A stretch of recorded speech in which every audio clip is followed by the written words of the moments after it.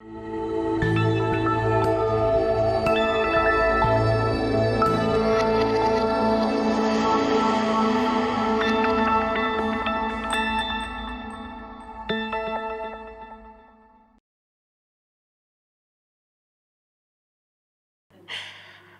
few weeks ago, I got a chance to visit a place that not many Pakistanis and certainly not many foreigners ever get to see.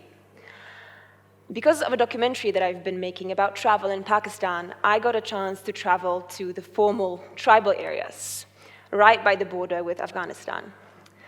The point of the scene that we were filming was to showcase or portray a jirga. I'm sure many of you know what that is. It's a traditional sort of tribal way of settling disputes on a local level.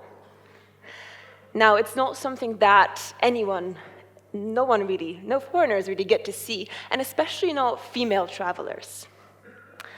When I got to the garden where the jirga was about to be held, I noticed that I was surrounded by tens, if not hundreds, of tribal elders, most of them with very long beards, and most of them wearing sort of turban-like headwear, the traditional kulla, and most of them looking a little bit puzzled as to why I was even there.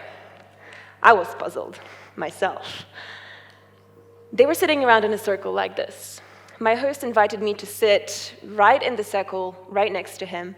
So a little bit sheepishly, I sort of walked up to him and I sat by him a little bit behind, trying not to attract too much attention.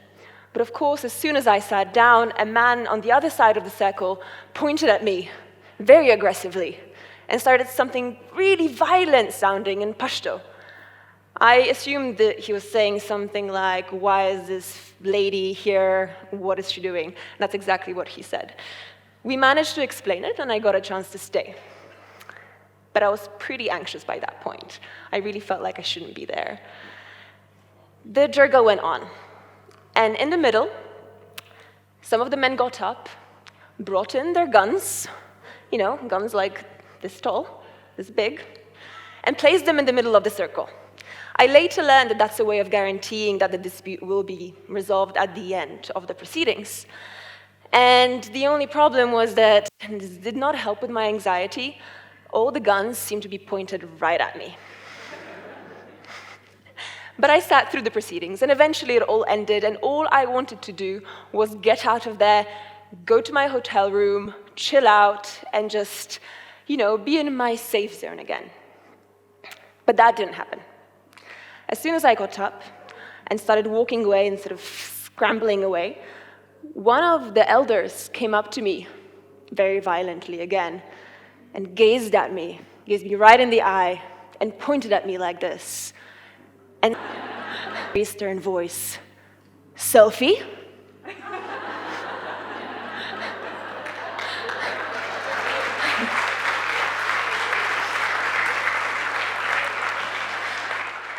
So for the following 10 minutes, I stood there taking selfies and pictures with pretty much all the tribal elders. Some of them tried to get me to hold their guns, which I politely declined. But needless to say, all of my fears immediately vanished. That anxiety that was there was simply gone. And this is the story of this talk. This is what I want to talk to you about today.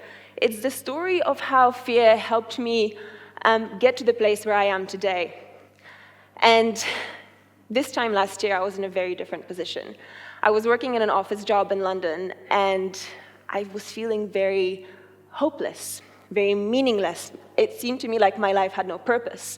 Seemingly, I had everything, but really all I wanted to do was get away. That was in December 2017. And now in December 2018, I feel like I am living the dream I've always had.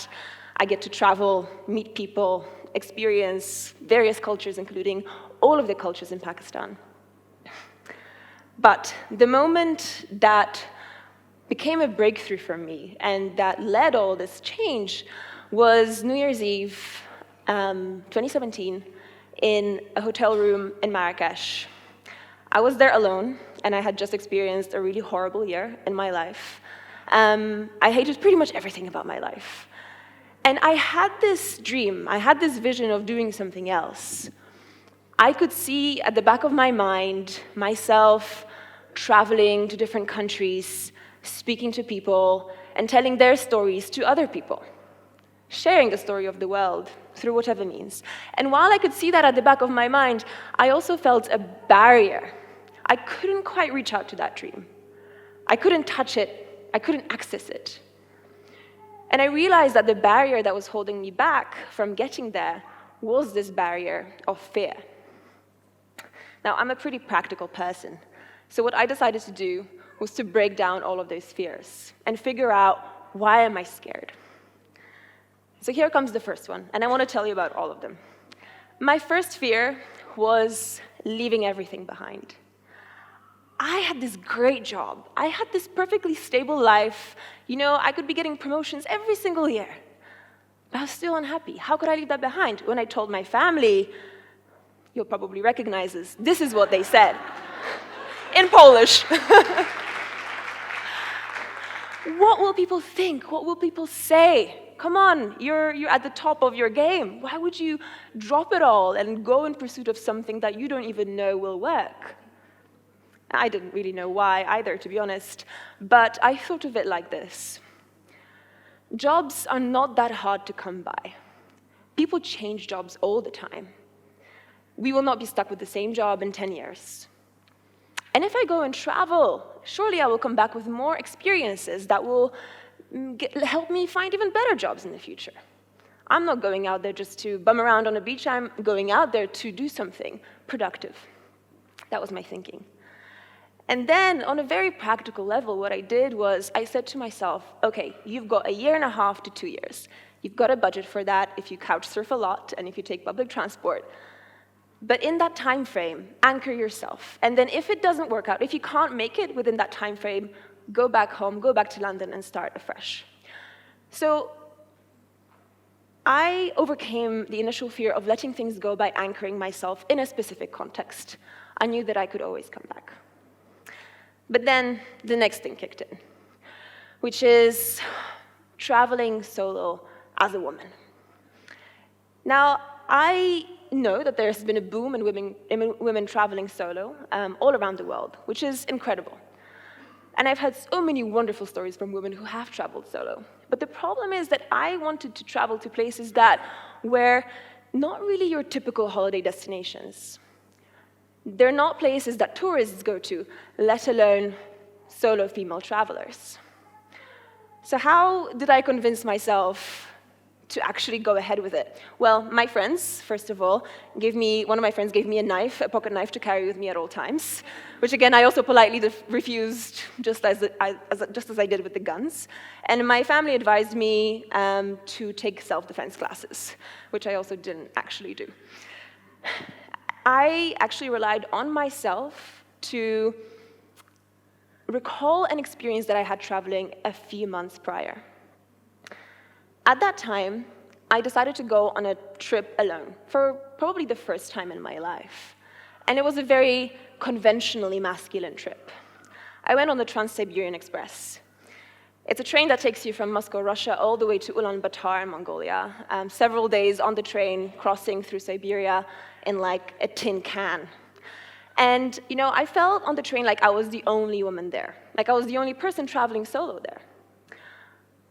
But that didn't last very long, because throughout that journey, I was adopted and taken in by a family from Dagestan in Russia, by a group of 3 Spanish ladies, older ladies traveling together on a trip of a lifetime, by a group of South Korean tourists who, although they didn't speak much English, gave me a lot of food, and by a group of gypsies on a Siberian island, and lastly, by Mongolian horse riders. I never felt alone. I never felt like a woman traveling alone. I always felt like a daughter traveling from family to family. So I knew, no point in having fear of that. But then there was one more thing. What if I fail? You know, when I started this whole dream of mine, I actually had no experience of filming at all. I had no experience of video production. I didn't know how to make a film. I didn't know how to edit a video. I didn't know how to use all that fancy software. So what if I fail? Now that's another fear that I dealt with very practically. I decided that any skill can be learned. And I set myself a mission of learning how to vlog. So I spent countless hours on YouTube watching free tutorials on vlogging, photography, filmmaking, editing, software equipment, countless hours. And then eventually I started making videos that maybe weren't at the height of filmmaking, but that conveyed my message well enough. So I had those pillars set. And then I found myself with a backpack on my bag, leaving my house, getting to the airport, getting on planes, and ultimately in Dubai, I was about to take a plane to Pakistan. It didn't look promising. It didn't look promising. I wasn't sure what to expect, but media everywhere around the world, and even Pakistani media, told me that this is not a great place to travel to, especially not for women. My government advised me against traveling here. But I was there. I was about to get on the plane, so I thought I'll give it a go. The most dangerous country in the world, the worst place to travel as a woman. And yet, I've been here for 8 months. And I've discovered that this is not the country that I heard it to be. This is actually the country whose people helped me overcome all of my fears, whatever remaining fears there may have been. The people here showed me the true dimensions of kindness and generosity as I had never experienced them anywhere else. In Balochistan, a place that not many locals, and especially not many foreigners, get to visit. I was in a car driving to a beach nearby Gwadar and realized that there was a truck following our car. When we got to the beach, a man that none of us knew got out of the truck, came up to me, and said in a very serious voice, "Thank you for being here."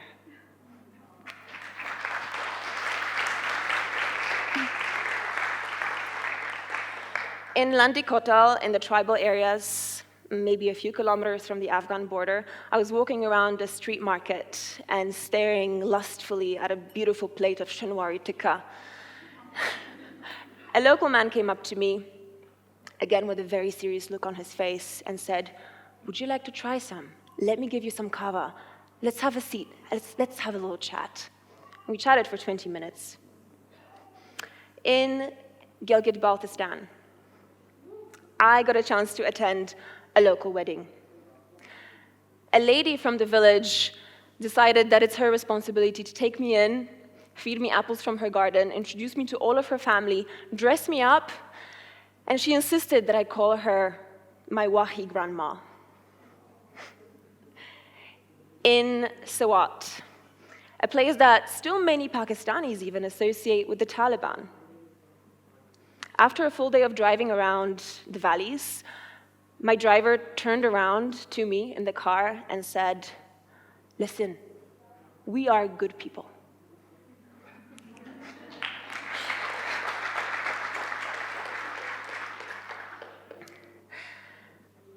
I have no more fear of traveling in Pakistan, and I have no fear of traveling anywhere. It's all these stories of human kindness that have proven to me that there is no need to fear anything. I mean, of course, sure, you can fear like crocodiles and snakes and spiders, that's fine. But my point is that fear is not this abstract notion that controls us or that has to control us. Fear is something that any of us can take in, look at, examine, and understand. Why do we fear it? And at the end of the day, when you explain it to yourself, you can own your fear. So now, just one last thing. I would like you all to close your eyes for just a second and picture yourself as the bravest person you could possibly imagine. Thank you.